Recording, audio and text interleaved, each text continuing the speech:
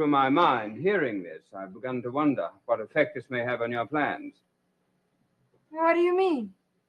Well, you have no place to go back to take David to. Oh, I see. Well, as a matter of fact, I hadn't planned on taking David to that apartment. No, I made a commitment for another place. Oh, well, then that's fine, then. What other place did you make a commitment to? Well, hello there. Joel Sharpton, one half of the Articulate Coven, and we are a unofficial fan podcast and community, the original, I should add, for Anne Rice and her immortal universe.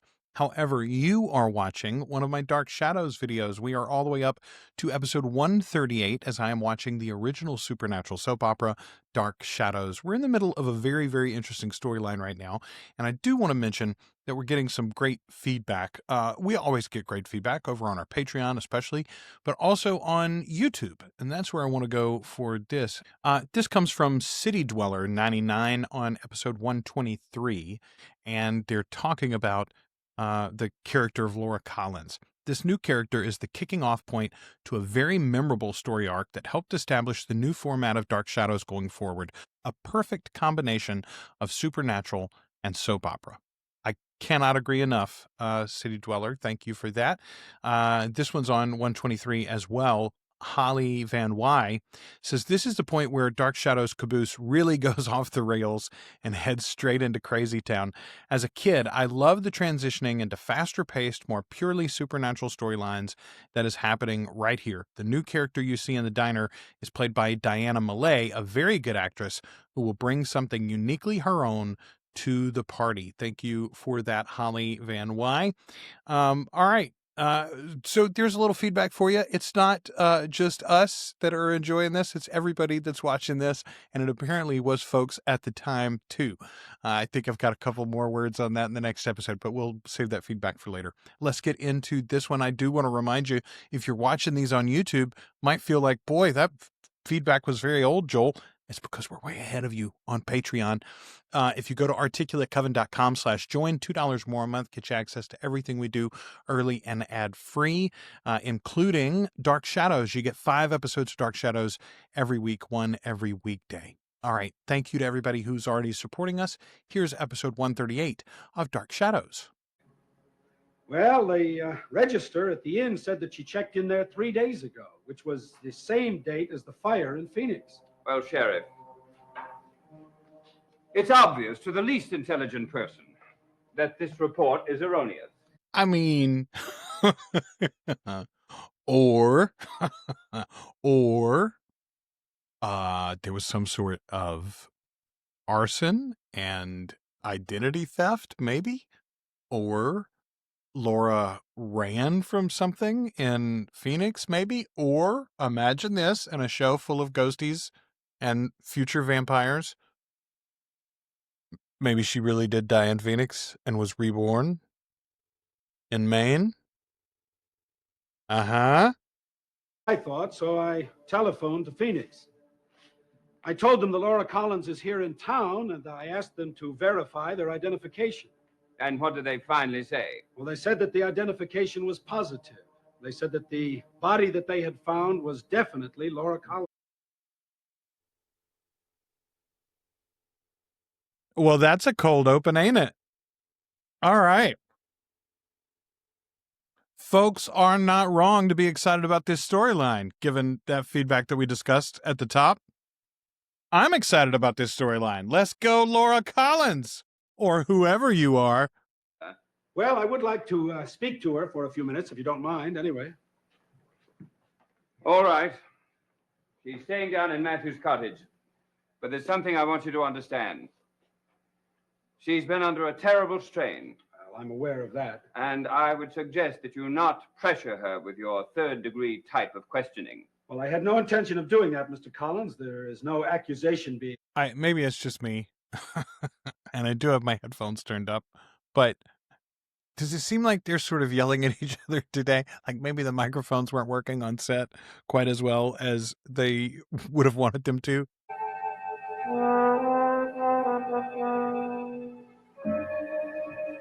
Gonna take us right back into the fire, huh?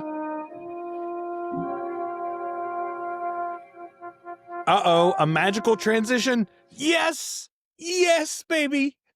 All right, good director. Y'all told me that we'll know when it's good directors and it's good writers and when it's bad directors and bad writers. Who is it? Roger, Sheriff Madison. Just a minute. Have we ever gotten George's last name, Sheriff George? I mean, I'm sure we have. I don't know that we have, though. Sheriff Madison. Interesting. Several people were burned or had smoke inhalation, but there was only one fatality. Oh. Well, who was it? Well, the body was identified as that of Lara Collins. There you go. Dramatic head turn. That's DHT number 1 of the episode. What made them think it was my body? Well, the body was found in your apartment. What condition was it in? It was unrecognizable. I see. Sheriff, this is a very distasteful... Well, that wasn't suspicious at all, Laura. My plan has come to fruition. I mean, that sort of looks like you hid somebody's body in there and then set the place on fire just in time for you to escape domain. Well, I'm sorry I can't give you more information. Oh, you've been very helpful. Thank you. I'm sure they'll make a positive identification very soon. Will they? Oh, yes, they've gotten very good at that. Well, this isn't much of a welcome, but it was nice to see you again, Mrs. Collins. Thank you. Yeah, again, very suspicious, ma'am. Whose body did you burn in Phoenix? Through my mind, hearing this, I've begun to wonder what effect this may have on your plans. What do you mean? Well, you have no place to go back to take David to. Oh, I see. Well, as a matter of fact, I hadn't planned on taking David to that apartment. No, I made a commitment for another place. Oh, well, then that's fine, then. What other place did you make a commitment to? Have quite a cute little imagination. It's not my imagination. And a cute little nose. That's your imagination. You gonna boop it? You know, I always imagine kissing you. Do you? You're not gonna boop it, you're just gonna kiss her. Well, there you go. Yeah, that's got to be imagination. Nothing that good could be real. Somebody pointed out, I think I mentioned this recently, but I have ugged the age gaps here. The age gaps that I imagined are not nearly as large as the age gaps I imagined are much larger than they actually were in real life, first of all. But also, we do have to remind ourselves that the actress playing Keryn was actually married to David Ford at some point not too far from now. I don't know whether I feel younger when I'm with you or more mature. Well, I like to think of that I leave my ladies a lot younger than I would leave them a little older. I mean, you would hope that you're not sapping the life out of them, I guess, but also, I don't think that the way that you said that is the way that you meant it, Burke. Come inside for a few minutes. No, it's booby-trapped. The booby traps. Ignore them.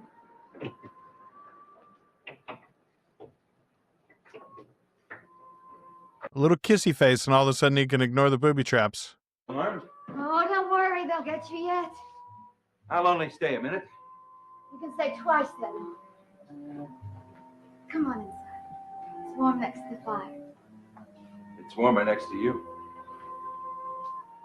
You're getting bold, man. You're getting bold, Burke. I feel as though I'm walking on forbidden territory. You literally just were here last episode, I think, or a couple episodes ago. Like, Hey, isn't that better than standing outside? It would be, if I were closer to you. All right. You laying it on thick enough, I'm going to have to get my boots out. All the comforts of the front porch.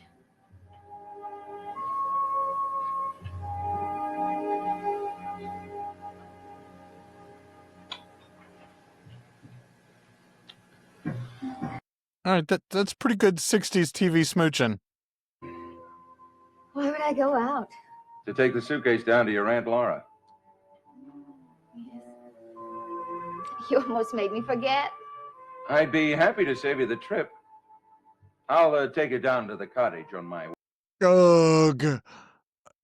Ugh. At least Carolyn catches his nonsense. If Mrs. Collins should think of anything that you think might be helpful, I would appreciate your calling. You can be sure we will. Thank you, Mr. Collins. Good night. Good night. Well, here's the good news. Burke's not going to get to take the suitcase down to Laura because Roger's going to intercept it. Would you really carry my Aunt Laura's suitcase all the way down to the cottage for me? Well, I wouldn't want to see you get calluses on your delicate... I gave Carolyn credit when she didn't deserve it. She didn't smell the nonsense. You're so thoughtful. Or is it just that you would like the opportunity to visit my aunt? Okay, there you go. He's about as fascinating as the Grim Reaper. You should know about the Grim Reaper. You've played him often enough. But I'll tell you what I represent. I represent honesty and truth. Then the American way? Come on. Well, I hope I spoil his evening. You haven't spoiled mine. One of these days, we're going to have an evening to remember. I'll call you tomorrow. You're very determined to deliver that suitcase, huh? Yeah. Very determined. Girl, you're in danger.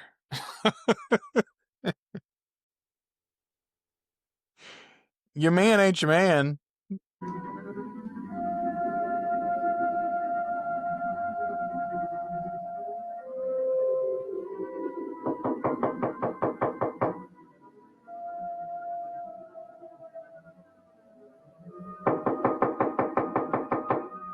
You zoned out there, Laura.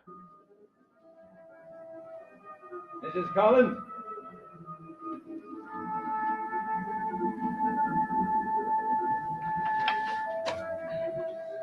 Bellboy. Again, not suspicious.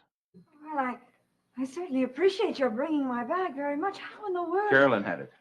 I saved her the trip. That's just like you. Doing two favors at once. 3. Seeing you is doing a favor for myself. Oh. You certainly do capitalize on the... Yes, he does. I could buy and sell Collinwood and everything it represents. Takes a lot of money. I have it. It's something you've always wanted. I've fulfilled most of my ambitions. Why are you giving me your qualifications? He's making a proposal, ma'am.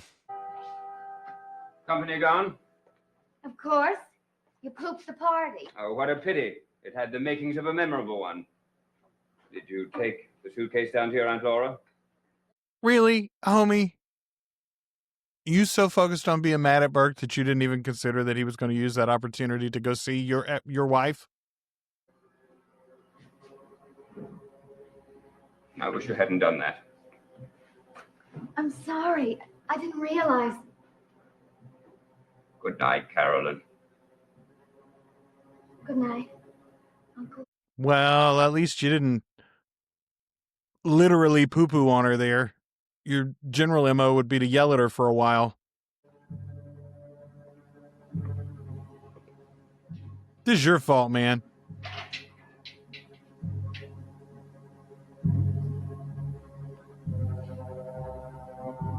Oh, come on. First of all, it makes no sense. It makes no sense, first of all, that those rifles would be up there because we just recently needed to go looking for guns and they were put away. What? I don't know. I waited for years to see you, wondering what I would say when I saw you again. How I would rant and rave and carry on. Man, okay, I've already praised the director of this episode, but genuinely, look at the shadows on this man. Like, I know this is not like quintessential cinematic lighting because you can't see his eyes very, very well. But like, good Lord, that shot looks fantastic. Also, the fact that Burke is laying it on so thick and heavy here, hard pressed sell. He was doing it to Carolyn earlier. He's doing it to Lara now. Like, I think it's good to put him in the shadows like this. This is a man who lives on the edges of darkness. You owe me Oh, you what? some years of life I never had. Some love I never had either. I don't have the power to give those things. Yes, you do. Don't, Burke. Why not? No, it's not. That dude's on his way up to that. Please. Boy, you really did bring the shotgun out, huh? Okay. A dramatic way to end the episode. Also, I don't think we've gotten this shot of Matthew's cabin yet. Like that a lot. Who's the lady on the wall, I wonder? That's a good question, right? Because that's a photo that Matthew had left up there. Surely Lara has not had to lay anybody out yet. All right. That's episode 138, 139 ahead of you if you are a patron. If you're not, hey, folks, more and more often at articulatecoven.com/join. $2 or more a month gets you access to everything we do early and ad-free. Thanks to everybody who's already supporting the show. Until I'm back with you again, I'm Joel, one half of the Articulate Coven, and we'll be back with more Dark Shadows.